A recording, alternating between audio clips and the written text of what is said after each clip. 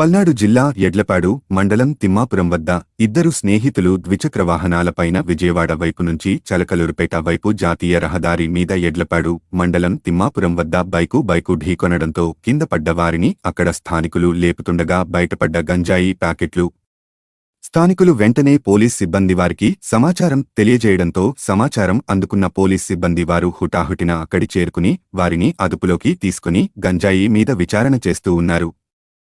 Nadendla inspector మరియు Edlapadu incharge Balarami Reddy మీడియాతో మాట్లాడుతూ దాదాపు 98 కేజీల గంజాయిని స్వాధీనం చేసుకున్నాము. వారు సీలేరు నుంచి చెలకలూరుపేట వైపు వస్తుండగా తిమ్మాపురం వద్ద జరిగిన సంఘటన ఆధారంగా ఇరువురిని అదుపులో తీసుకుని విచారిస్తూ ఉన్నాము. విచారణ అనంతరం పూర్తిగా వివరాలు తెలియజేస్తాము అన్నారు. మార్పు కోసం మనం సైతం media buzz Telugu news channel. మా హైవే మొబైల్ వాళ్ళు వెహికల్ చెకింగ్ చేస్తుండగా ఇద్దరు వ్యక్తులు అనుమానాస్పదంగా అద్వేగంగా వాళ్ళని నెట్టేసుకొని పారిపోవటం జరిగింది. వాళ్ళని వెంబడించి పట్టుకోగా వాళ్ళ దగ్గర గంజాయి దొరికింది. దాని మీద దర్యాప్తు చేస్తున్నాము. పూర్తి వివరాలు త్వరలో వెల్లడిస్తాం. ఎన్ని కేజీలు ఉండొచ్చు చెప్తాం. సుమారు వెయిట్ చేసి దర్యాప్తులో వీళ్ళు సీలేరు నుంచి తెస్తున్నారని మా ప్రాథమిక దర్యాప్తులో తెలిసింది.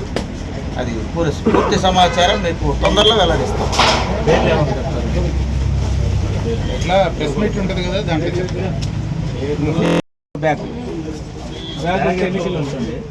బ్యాగ్ ఒక్కొక్కటి 2 కేజీస్ ఉంది.